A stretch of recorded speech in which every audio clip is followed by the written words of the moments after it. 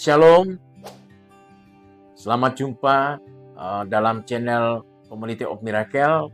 Kesempatan ini kami hadir untuk perdana dan kami ingin menyampaikan visi misi kami dalam pelayanan Community of Miracle.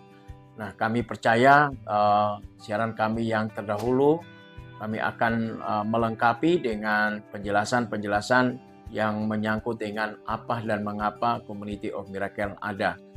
Kami sangat optimis dengan pelayanan ini karena kami percaya bahwa ini merupakan perintah Tuhan Yesus dan ketika kami menyampaikan dan memberitakan Injil, ini merupakan tanda akhir dari akhir zaman ini untuk beritakan Injil ke seluruh dunia.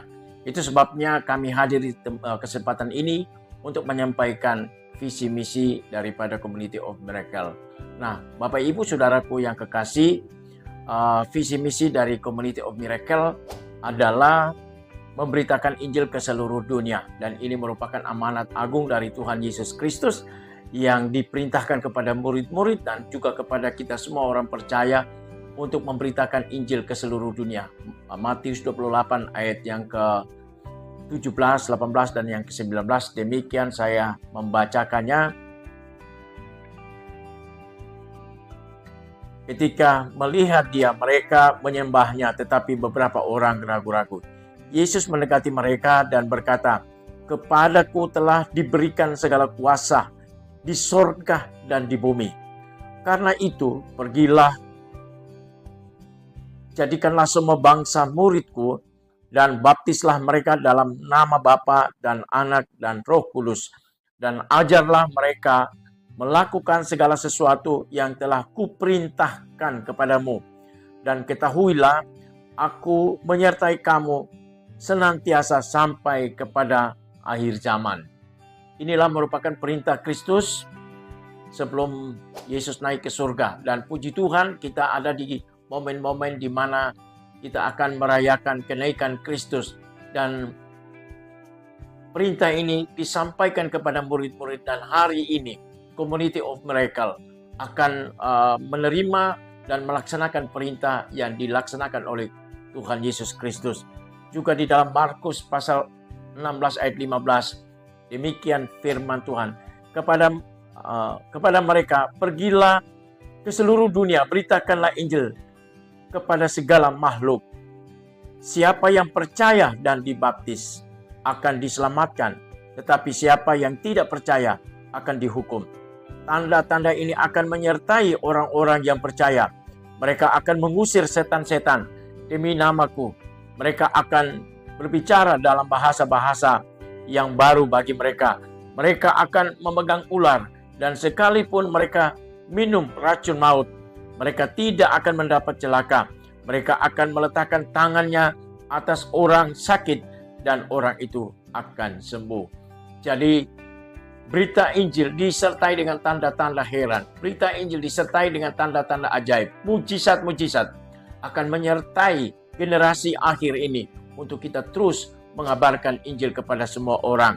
Itu sebabnya kepada kita diberi tugas bukan hanya memberitakan Injil supaya orang bertobat, tetapi tugas kita adalah mengajar kepada mereka yang percaya kepada Injil. Nah, Bapak Ibu Saudaraku, ada banyak pengajaran-pengajaran yang tidak sesuai dengan Alkitab.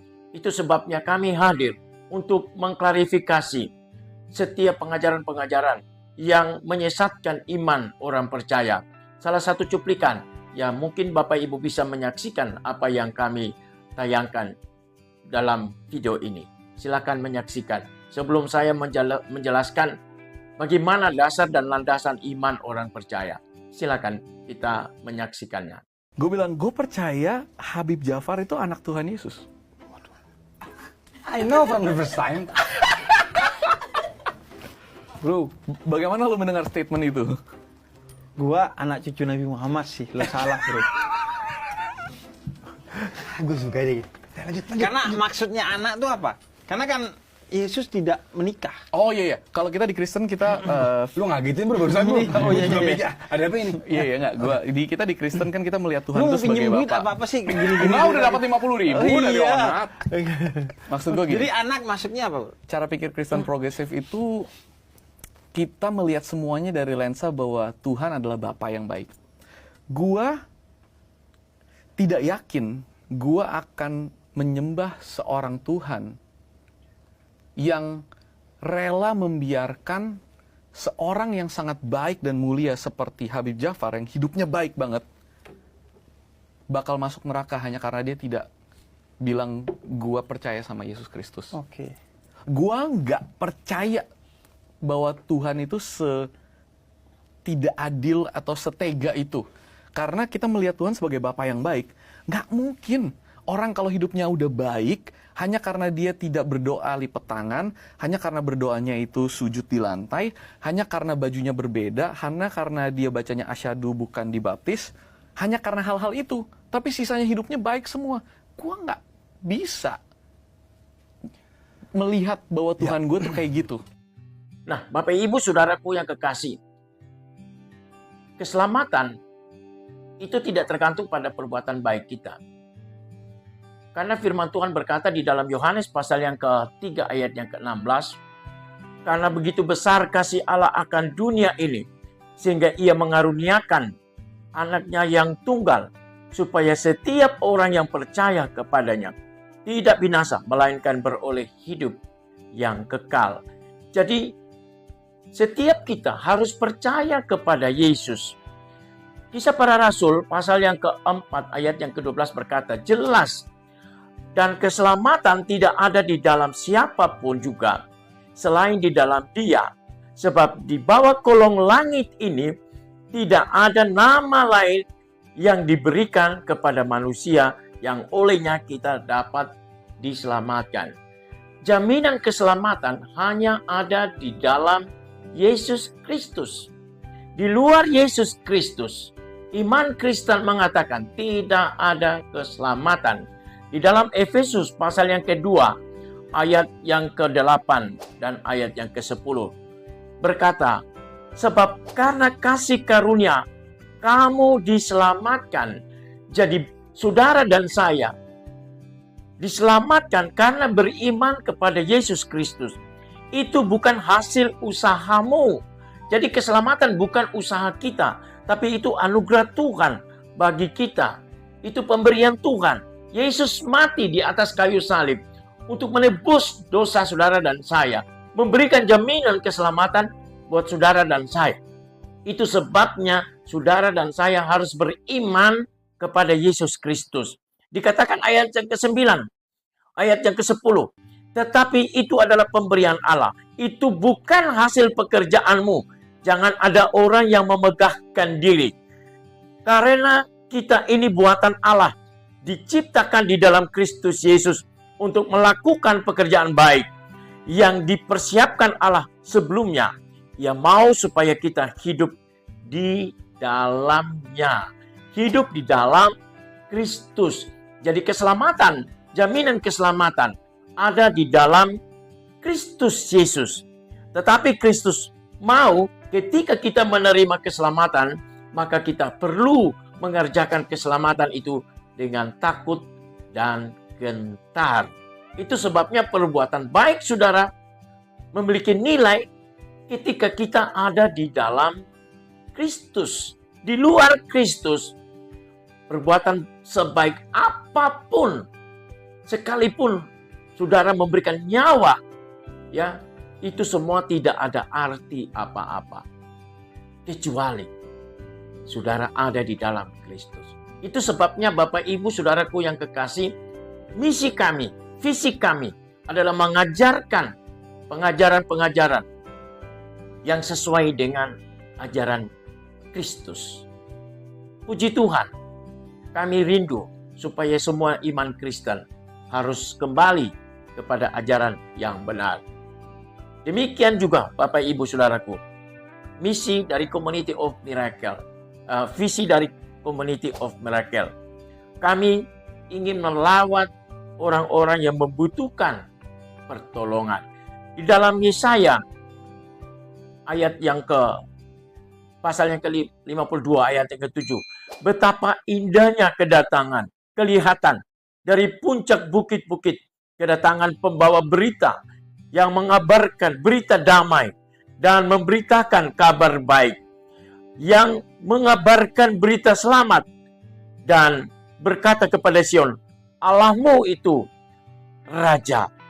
Di dalam Yesaya 61 ayat yang ke-1 berkata, Roh Tuhan Allah ada padaku, oleh karena Tuhan telah mengurapi aku. Ia telah mengutus aku untuk menyampaikan kabar baik kepada orang-orang yang sengsara.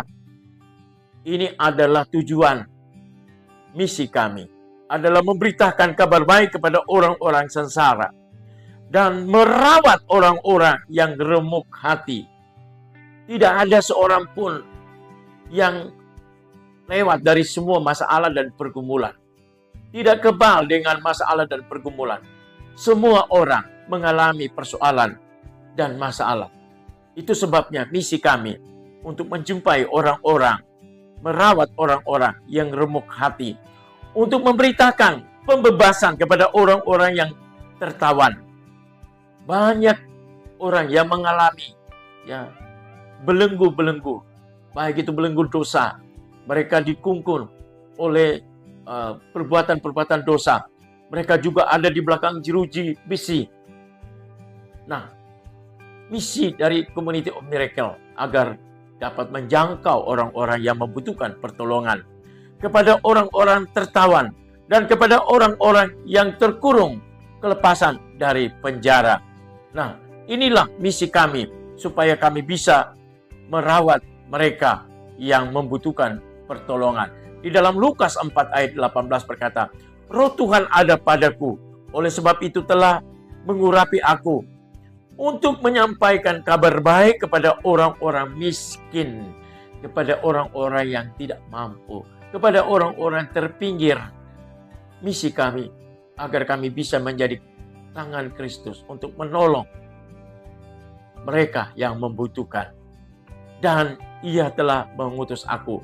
Jadi inilah salah satu misi dari Community of Miracle. Bagaimana kami bisa melakukan amanat perintah Kristus di tengah-tengah dunia ini. Dan kami pun memiliki nilai dalam pelayanan ini. Nilai yang kami